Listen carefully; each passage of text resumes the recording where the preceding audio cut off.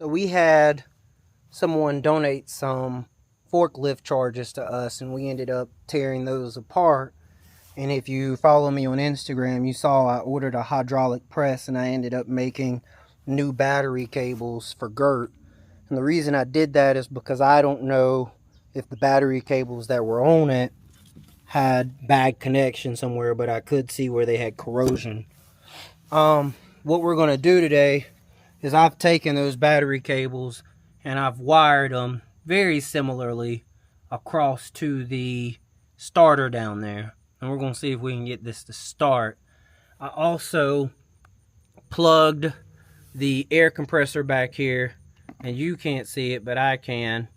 It is dripping water. So we are getting moisture in our air tanks, and I'm going to have to install a evaporator between the compressor and the tanks to make sure that we're not essentially messing our tanks up. But for the intent and purposes of today, the goal is to just get this to start, because we haven't been able to, and I think I finally have gotten it to a point where I can get this thing to turn over and hopefully start. So we'll see. You want me to hold the camera, or? Nah, it's gimbal. That's why I put it on there.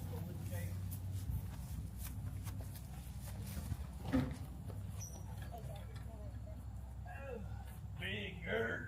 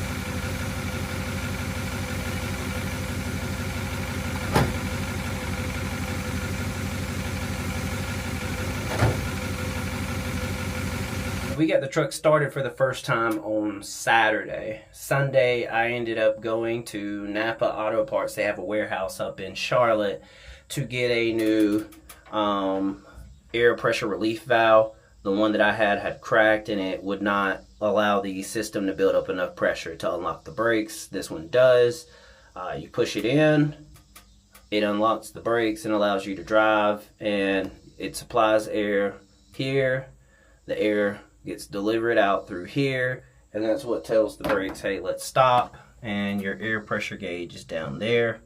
We are going to try to drive this today, and I actually just so happened to see these gear notice over here. Apparently this is how you shift this truck, so even though it's an automatic, this is how you shift it when you drive it. So there's that.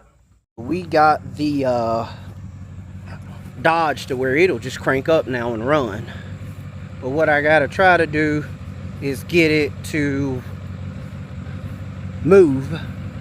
I've hooked up all the air stuff, and I think we got air brakes, but we're gonna see what we can get done with it.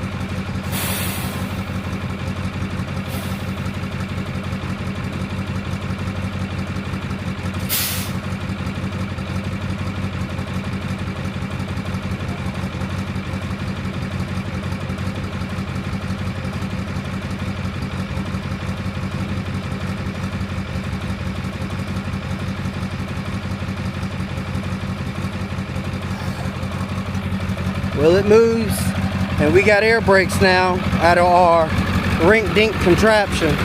And this thing starts right up. But what we do need to do, I got right here. Hold on. I got oil leaking from my oil pressure gauge up there. So I'm gonna have to work on that. My oil pressure is sitting higher than I want it to. But I mean, I can't complain. I'm happy with the fact that it's moving.